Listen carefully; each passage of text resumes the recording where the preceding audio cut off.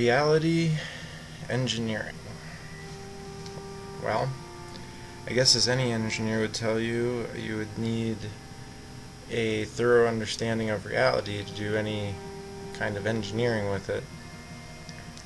Metaphysics, at one point, was a philosophical study of reality, the nature of reality, the truth of reality. At some point it developed into this New Age idea of selling wizardry by the book at $19.95 a copy. I don't know.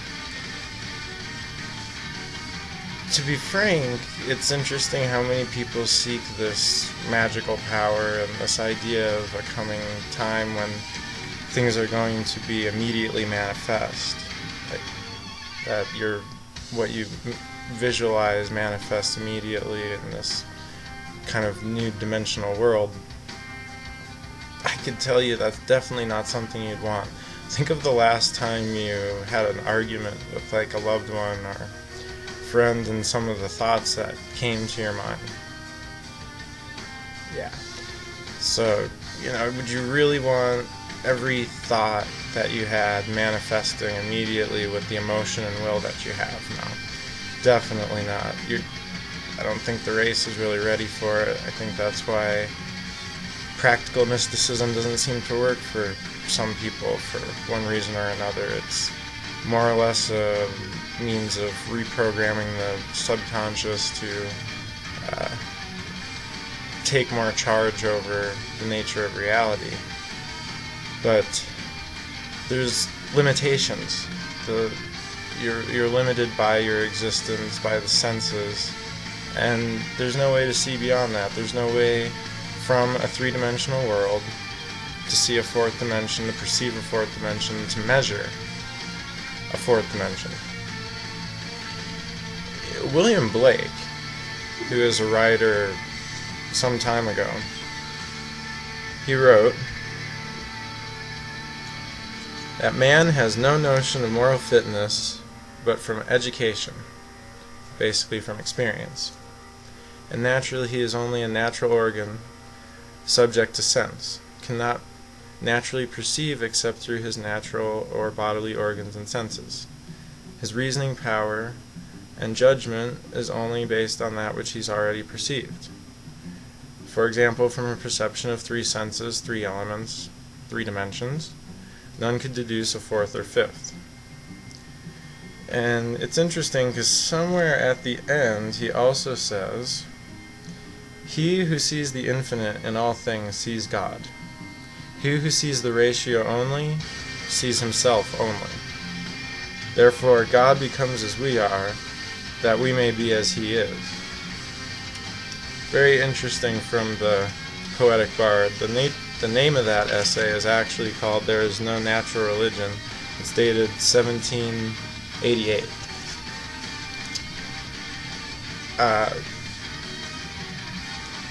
Some stuff really does fascinate me, like quantum physics, string theory, especially what people come up with it. It deals more with energy and vibrations, but energy at the core is information, like a bit of information. And when we talk about, people talk about, you create your own reality, you create your own reality. Well, most of the time people operate on autopilot. While they are manifesting and creating, they're manifesting and creating on a pre-existing program, not seeing anything new, not really experiencing anything new with new eyes. And somehow, in the midst of all this, they try to understand the fabric of reality.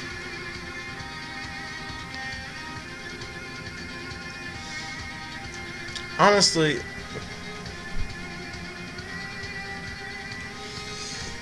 you could build a particle accelerator that's stretched across the entire Earth, and you're not going to be able to perceive a fourth dimension, which is basically where all the entanglement and all the inner dimensions of what we would need to know to completely understand, and it's not even relevant.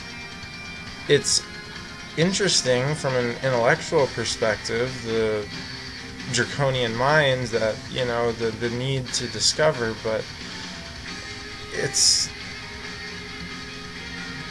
I guess what some people have considered a distraction.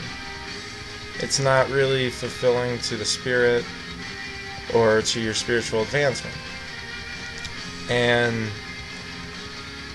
there's really no physical experiment that's going to be able to solve sufficiently this problem that faces mankind. It's just kind of loops and circles, and you know, science now has become kind of like another religion in essence. And people ask me about religions all the time. I'm not very concerned about religion. Religion is kind of like, I took an art class once, and you take something like a can, you put it in the center.